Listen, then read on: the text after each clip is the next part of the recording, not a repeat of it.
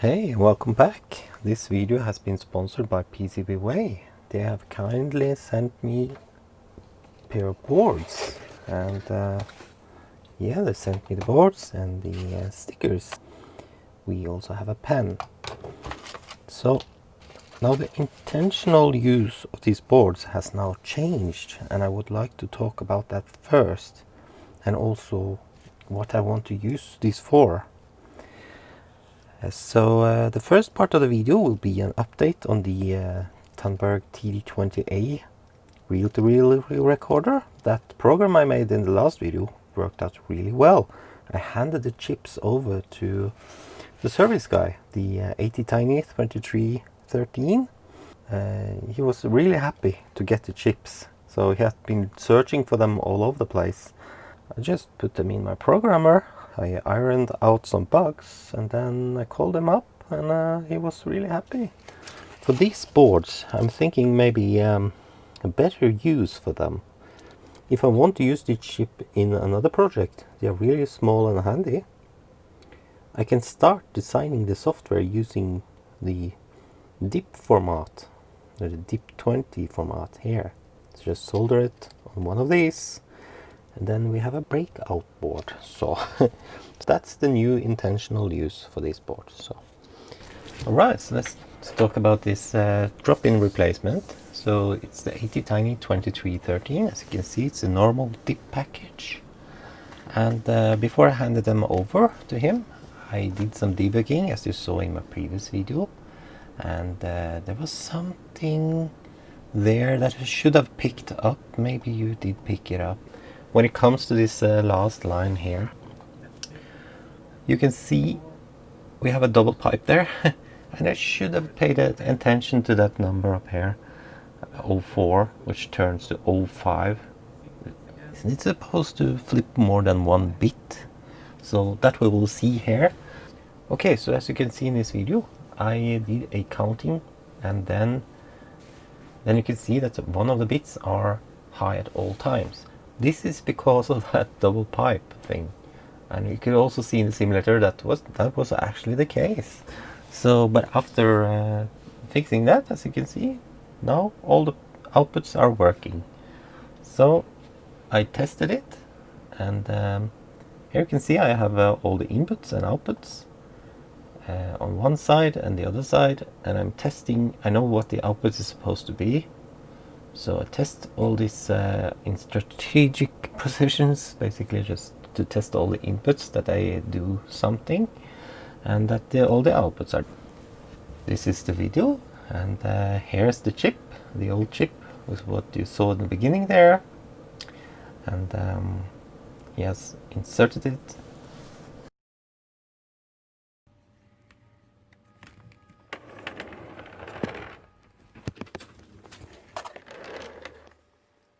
Now you can see the top has been taken off, and we try different things. He tries different things here. Play, and you can say plays fine, and wind. So the chip here is like an output decoder from the state machine, sort of.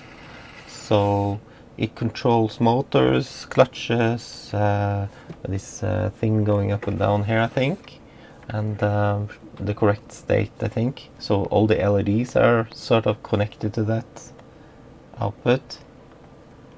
Yeah. So yeah, I have soldered 4 chips, and with various techniques and results. And here are the other chips that I haven't soldered yet. And here's my hand for reference. They're really small. The first one was with the solder paste, and as you can see, it is not centered. I think that wasn't great, because I don't think the center pad got enough solder for one, and I have no idea what it looks like beneath, but it does measure okay. We will measure every pin here, and the way I'm measuring it, I have it on ohms, and then I just go over. Let's see if I can do it. So what I do is that I measure these points, and you should see a couple of mega ohms. Maybe this I should put it up on a piece of paper, but you can see there are mega ohms to the adjacent pins. That just shows me that the wires are connected together. I'm now trying the last one I soldered. You can see there's 1.6 mega ohms.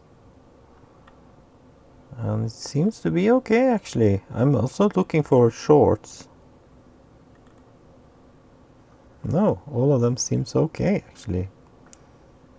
Okay, now we are seeing something strange. Hold on. So here there's something strange going on.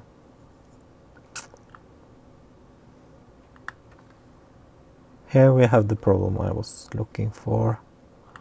These two doesn't seem to do anything. Not these two either. So I think this must be something with the fifth pin. I have the layout here. So let's see, it's pin number 5. That's A4, which goes in there. So then we have to look at this in the microscope. And for the other guy, this one is also a corner. So that was interesting. Both of them are on the corner here and here. Yeah, so let's dive under the microscope and see if you can see anything interesting there. And there, yeah, there you can actually see it. Look, it's actually dry. Look at all the others, they are fine. So I think the last technique I used with putting solder on both the PCB and on the chip and cleaning it in between and just a dab on the center pad, that was perfect. So, and the other chip, that was pin 5, which is okay. This one was a bit harder to make out, so let's try zooming it digitally. Yeah, this one looks a bit dry too. Oh, also this one. Look, this one here. And this guy. This one looks definitely dry. So, yeah. So I think all of them look a bit dry actually. So that was the different techniques I used. So maybe I think I actually just need a finer tip for this. So look, that looks perfect. So why doesn't the other ones look perfect? Because if I hold it on the side like this, look how they have solder underneath the chip and also go up on the sides of the chip. So now we are looking at the one that had pin 5 disconnected. So here we have pin 5 here. We saw that it was poor soldering on both sides or missing solder. Anyway, I'm just going to focus on the one that doesn't work. Let's just reflow the thing. So I have my chip quick here. It's a bit difficult to show, but let's squirt some out of that. You can find it in the description because everybody is asking for this, so that's what we got. And then I'm going to add some fresh solder to a clean tip, and I think first of all I need a tinier tip. Everybody tells me that, so that's fine, but if I get it at the right angle, I think we should be able to move a blob of solder. At least now I have contact. So, but I think I got better since this is worn and everything. If I hold it on the side, I think it works better because it's worn. So yeah, there you can see now it's taking solder. Alright, I'll just do this for all the sides. Sorry for the back and forth, but my setup isn't perfect. This is looking really great already. So just keep the board and the iron at the same angles. Oh yeah. Now the tip actually kind of works really well with this board, I think. So this will be the last edge. There you go. Oh yeah. I'm looking forward to cleaning that one up. So, but first we need to go over this one, which had pin 11 there. Was you can see it goes up to this pin over there. Didn't have enough solder on it, but you can see the other pins are have solder on them, so that's good. So what we need now is some flux. So I'm just gonna squirt it around here. So it doesn't seem to be drinking any solder at this point. Let's try this angle. There we go. Oh yeah. You can also feel the pins underneath here, so that's good. There you go. Alright, so I think it looks better, but I think we need to clean it a little bit. Right, so now I have a short circuit. Yeah, there you can see it really well. Okay. Alright, let's get some flux on it. Sorry, I forgot. Okay.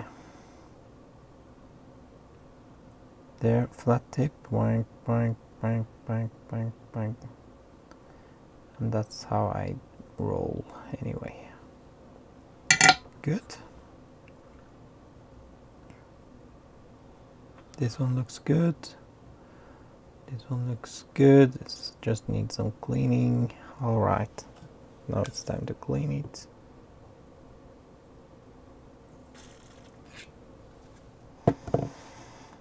So I like to start off with the brushes because then I can actually toss a lot of material off the board together with the alcohol. And when that's done, I can then dab with some paper. I don't know what the correct way to do this is, but I find this useful. And then I find a Q-tip and I clean around. So try to get off as much as possible. Try to get all this stuff away from here. And then I think it's time to... Right, I'm just talking and talking. Take the dry side. Okay, it's a bit hairy. So, alright, these two. 1.4 mega ohms, perfect. 1.59. 1.58. Open circuit. Oh, that's okay. These are not in the design anyway. So let's try these two. 1.65.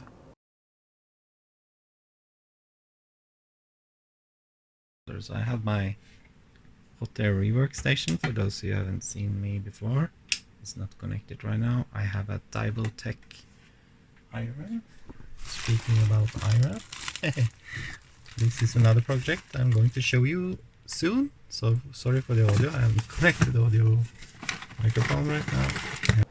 I just tweeted with Jasper, the guy who made the AEM energy harvesting board, and I got a chip from him this summer to replace the one that was already on the board. The point with that was it was 0.5 millimeters. It was also QFN, so this is 0.4, and it is recommended to not have solder mask between the pins here. I think it works rather well. I have no idea why there's not that much bridges. I was thinking maybe there was a lot of them, but no, it's not too bad. Braid, solder braid.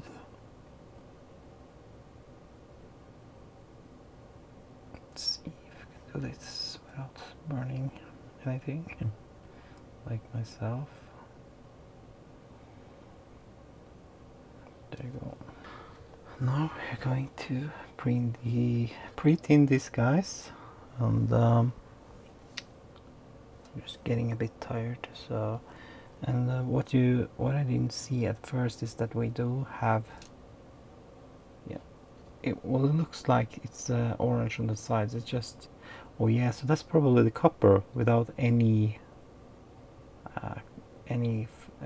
pre-tinning.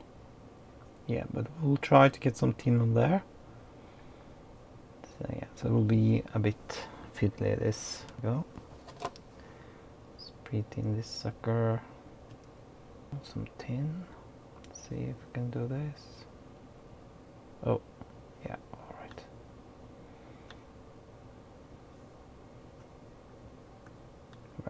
Okay, I'm not going to bother about that center anymore. I'm just going to squeeze it out. So I'm going to make this an experiment. I'm going to put it down here. It's going to self-center because we do have. Oh, we have solder on the pad underneath. So let's see. Yeah, let's try this. Piece of paper underneath.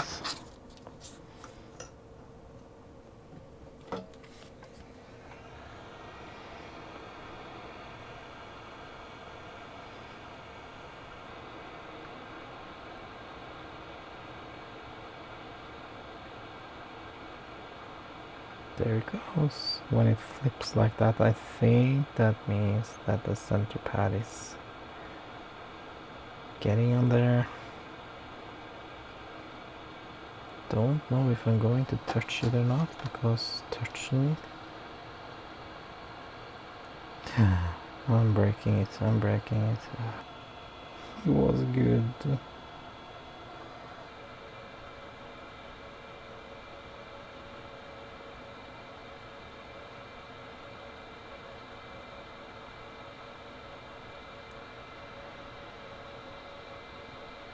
There it goes. Just gonna keep it on there for a while, make sure it cooks. Alright guys, so here's the result. The chip has been programmed with a Blinky sketch with the Arduino. This is an Arduino Nano, and it's really easy to hook up. I can show you now. Basically we just have 5 volt power coming in there, and we have a 22 microfarad on the reset line and ground.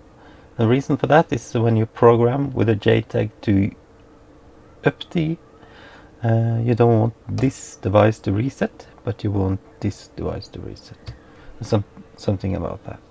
And then for a programming pin, it's very easy. It's only one pin, and that's the reset line for this board. It's on up here, and you connect it to digital pin number 6 on the Uno, and via 4.7K resistor. And then you must upload the JTAG to ATtiny sketch to the Arduino Uno, and then you can go and use your Arduino Uno to program this chip. Right, so this is the Blinky sketch. I just changed the pin mode here for pin 1. So, and the first thing you need to do, you need to program the Uno. Yeah, up here I have JTAG to ATtiny. It's blank, but that's because all the code is in these other files. And you have to select your board you're using. If you're using Nano, you use Nano, but I use Uno. And correct port and the correct programmer. You upload a sketch, and there you go. So then it's ready. So then you just go back to your Blinky and do the rest. For uploading, we just do, you need a correct board. I can put links. I'll put links in the descriptions for getting the correct board and stuff like that. It's very easy. and you have to set the Mega Tiny core, the correct core, then the chip you're using. You have to select the USB, and then you select JTAG UPD, and then basically just press program. So, and it will program, and there you go. There you have your program. So very easy. Alright, so this is it for this video. See you another time. Bye bye for now.